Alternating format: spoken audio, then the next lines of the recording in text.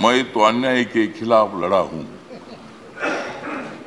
मैं तो अन्याय के खिलाफ लड़ा हूं, इसलिए आपको बधाई देने के लिए यहां खड़ा हूं। आपका अनुभव बहुत ही बड़ा है।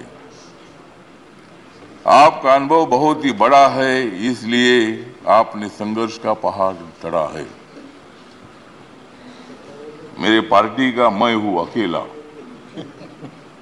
मेरे पार्टी का मैं हूं अकेला, लेकिन मेरे हाथ में है संविधान का पेला। मैं हूं मेरे पार्टी का अकेला, लेकिन मेरे हाथ में है संविधान का पेला। मैं तो हूं आपका सच्चा चेला। मैं तो हूं आपका सच्चा चेला, मुझे मत छोड़ो अकेला।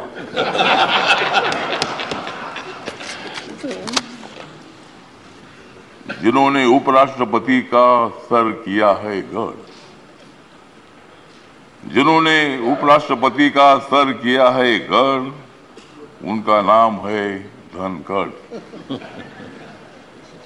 हमें मिलकर उखाड़ देनी है विषमता की जड़। हमें मिलकर उखाड़ देनी है विषमता की जड़। इसमें जरूर सफल होंगे आदरणीय धनखड़। हाउस में जो सदस्य करेंगे फ्रैक्शन, हाउस में जो सदस्य करेंगे फ्रैक्शन, उनके ऊपर होनी चाहिए कड़ी एक्शन। हमें तो मजबूत करना है भारत नेशन। हमें तो मजबूत करना है भारत नेशन। हंगामा करने की हमें नहीं चाहिए फैशन। तो हमें पूरा विश्वास है कि आप बहुत बड़ा संघर्ष करते करते यहाँ पहुंचे हैं। गांव से आकर किसान के बेटे के माध्यम से आप इतने बड़े उच्च पद पर आए हैं। इसमें आपका अनुभव, आपका बहुत बड़ा संघर्ष है। बहुत बड़ा काम आपने किया है।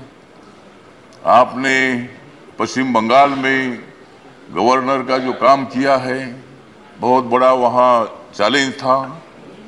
वहाँ काम करना बहुत बड़ा मुश्किल था, लेकिन आपने बंगाल में बहुत ही अच्छा काम किया है। और बंगाल में अच्छा काम आपने किया है, इसीलिए आपको यहाँ लाने की कोशिश जरूर हुई है। मतलब आप एक संघर्षशील नेता है। मतलब वहाँ अगर आपका काम ठीक नहीं होता था तो शायद ये पद आपको मिलना बहुत बड़ा मुश्किल था, लेकिन आपने बहुत अच्छा काम किया है। ठीक बात है, बंगाल भी अपना ही है, सभी बंगाल के नेता भी अपने हैं। देश का एक वो राज्य है, और कोई भी राज्य हो, यहाँ किसी पार्टी की सत्ता आती है जाती है, कोई मुख्यमंत्री होता है, कोई नहीं होता है। कभी हम भी मतलब 3 बार सांसद रहे लोकसभा में, और मैं शिरडी में मैं हार गया, लेकिन मैं घर में बैठा नहीं, मैं घूमता रहा। मैं कांग्रेस पार्टी के साथ रहा। कांग्रेस पार्टी के मेरे सभी दोस्त हैं, समाजवादी पार्टी के मेरे दोस्त हैं, कम्युनिस्ट पार्टी के मेरे दोस्त हैं, और अभी बीजेपी के मेरे दोस्त हैं। मैं सब बीजेपी के साथ में आया हूं, और भारतीय जनता पार्टी के साथ में इसलिए आया हूं कि मुझे शिरडी में हारा गया। मुझे मंत्री ने बनाया, फिर मैं उधर क्या करूं। तो इसीलिए मुझे मतलब कांग्रेस पार्टी को छोड़ना पड़ा, और मैं नरेंद्र मोदी जी के नेतृत्व में सबका साथ सबका विकास दिख रहा है सारा प्रकाश।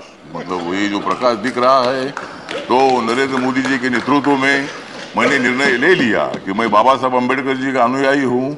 बाबा साहब अम्बेडकर जी ने सत्ता में आना चाहिए बताया है। मेरी अकेली पार्टी सत्ता में नहीं आ सकती है, किसी के साथ मिलकर ही सत्ता में आ सकता हूँ। और मेरे पार्टी का मुझे लोग पूछते हैं कि तुम्हारा पार्टी का एक भी लोकसभा में मेंबर नहीं है, तो भी आप मंत्री कैसे हैं। तो मैंने बोला, आप माननीय नरेंद्र मोदी जी को जाकर पूछो, मतलब मैं कैसा मंत्री हूँ। मतलब मैं अकेला हूँ, लेकिन मेरे पार्टी के लोग पूरे देश भर में है। नॉर्थ ईस्ट में मेरी पार्टी सभी पार्टी है, और मुझे बोलने का मौका दीजिए। मुझे मालूम है कि आप बहुत अच्छे आदमी हैं, और मैं आपको, हाँ, आप मुझे हर बार बोलते थे कि हमको कविता सुनाओ। अगर आप मुझे ज्यादा बोलने के लिए देंगे तो मैं कविता सुनाऊंगा, नहीं तो एक भी कविता नहीं सुनाऊंगा। तो ठीक बात है, तो इसीलिए मतलब कविता सुनाता भी रहूंगा। और आप एक अनुभव है, तो इसीलिए अपोजिशन को भी आप मौका दीजिए। हंगामा करने के लिए मौका दीजिए, लेकिन एक आधा दिन हंगामा करने के लिए मौका दीजिए, दूसरे दिन एक्शन होना चाहिए और हाउस का काम भी मतलब चलना चाहिए। इसीलिए आप एक सर्वोच्च हाउस के आप चेयरमैन बन गए हैं। इसीलिए मैं, मेरी जो आरपीआई है, रिपब्लिकन पार्टी है, गरीबों की पार्टी है, तो दलितों की पार्टी है, इस पार्टी की तरफ से मैं आपके साथ हूँ। मैं हमेशा आपको साथ देता रहूंगा और आप मुझे बोलने का मौका देते रहो। जय भीम, जय भारत।